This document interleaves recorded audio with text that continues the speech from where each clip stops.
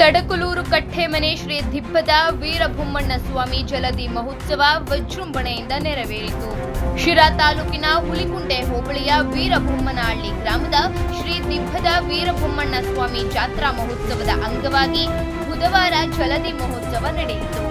ಶ್ರೀ ದಿಬ್ಬದ ವೀರಭೂಮಣ್ಣ ಸ್ವಾಮಿ ದೇವರಿಗೆ ಧಾರ್ಮಿಕ ಪೂಜಾ ವಿಧಿವಿಧಾನಗಳ ಮೂಲಕ ಗಂಗಾ ಪೂಜೆ ನೆರವೇರಿಸಲಾಯಿತು.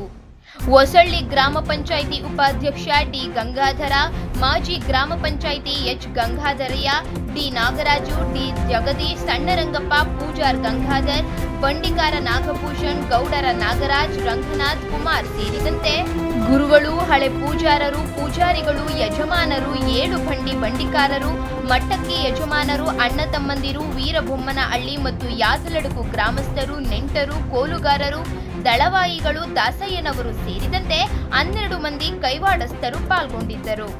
ಈಗ ಇದು ಗಂಗಾ ಪೂಜೆ ಆದ ತಕ್ಷಣ ಈಗ 10:30ಯಿಂದ 11 ಗಂಟೆ ಒಳಗೆ ಅಖಂಡ ಭಜನೆ ಪ್ರಾರಂಭ ಮಾಡ್ತೇವೆ. ಭಜನೆ ಪ್ರಾರಂಭವಾಗಿದ್ದು ಇನ್ನು ಶನಿವಾರ ದಿವಸ ಈ ಟೈಮಿನವರೆಗೂ ಬಿಡದೆ ಹಗಲು ರಾತ್ರಿ ನಿಲ್ದಂಗೆ ಅಖಂಡ ಭಜನೆ ಮಾಡ್ತೇವೆ. ದಿವಸ ಅನ್ನಸಂತರ್ಪಣೆ ಇರುತ್ತೆ. 21ನೇ ತಾರೀಕು ಸ್ವಾಮಿಯ ರಥೋತ್ಸವ ಇರುತ್ತೆ. ಮುಖ್ಯವಾಗಿ ಕಲ್ಗಾಲಿ ರಥೋತ್ಸವ ಭಾಳ ವಿಜೃಂಭಣೆಯಿಂದ ನಡೆಯುತ್ತೆ. ನಮ್ಮ ಪಟ್ನಾಯಕನಹಳ್ಳಿ ಶ್ರೀ ಗುರುಗೊಂಡ ಬ್ರಹ್ಮೇಶ್ವರ ಸ್ವಾಮಿ ಕ್ಷೇತ್ರದ ಪೀಠಾಧಿಪತಿಗಳಾದಂಥ ಶ್ರೀ ಶ್ರೀ ಶ್ರೀ ನಂಜಾವಧೂತ ಮಹಾಸ್ವಾಮೀಜಿರವರ ದಿವ್ಯ ಸಾನ್ನಿಧ್ಯದಲ್ಲಿ ವಿಜೃಂಭಣೆಯಿಂದ ರಥೋತ್ಸವ ನಡೆಯುತ್ತೆ. ಭಕ್ತಾದಿಗಳು ಹೆಚ್ಚಿನ ಸಂಖ್ಯೆಯಲ್ಲಿ ಬಂದು ಆ ರಥೋತ್ಸವ ಕಾರ್ಯಕ್ರಮದಲ್ಲಿ ಭಾಗಿಯಾಗಬೇಕು. ಸಮಯ ಇರೋಂಥವರು ಮಂಗಳಾರತಿ ಪೂಜೆ ಇರುತ್ತೆ ಶನಿವಾರ ದಿವಸ ಬೆಳಗ್ಗೆ 11 ಗಂಟೆಗೆ. ಅವತ್ತು ಸಹ ಬಂದು ಭಜನೆಯನ್ನು ಮುಕ್ತಾಯ ಮಾಡ್ತೀವಿ. ಅವತ್ತು ಭಾಗವಹಿಸ್ಬೋದು.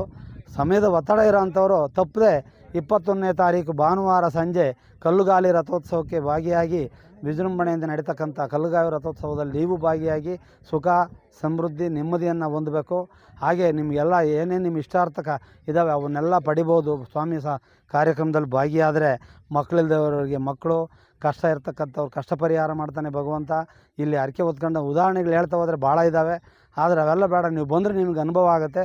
ದಯಮಾಡಿ ಎಲ್ಲರೂ ಕಾರ್ಯಕ್ರಮದಲ್ಲಿ ಭಾಗವಹಿಸಿ ಅಂತಂದೇಳಿ ಕೇಳ್ಕೊಳ್ತಾ, ಈಗ ವಿಜೃಂಭಣೆಯಿಂದ ಗಂಗಾ ದೇವತೆ, ಗಂಗಾಜಲ ಅಂದರೆ ಅದಕ್ಕೆ ಜಲ್ದಿ ಅಂತೇವೆ, ಆ ಕಾರ್ಯಕ್ರಮ ಮುಗಿದಿದೆ. ಈಗ ಆ ವಾದ್ಯಗಳ ಪೂಜೆ ಮುಗಿಸ್ಕೊಂಡು ಸ್ವಾಮಿಯನ್ನು ಉತ್ಸವದೊಂದಿಗೆ ದಿನ್ನೆಗುಡಿ ಆ ಮೂಲ ಸ್ಥಾನದ ಹತ್ರ ಹೊರಡ್ತೇವೆ.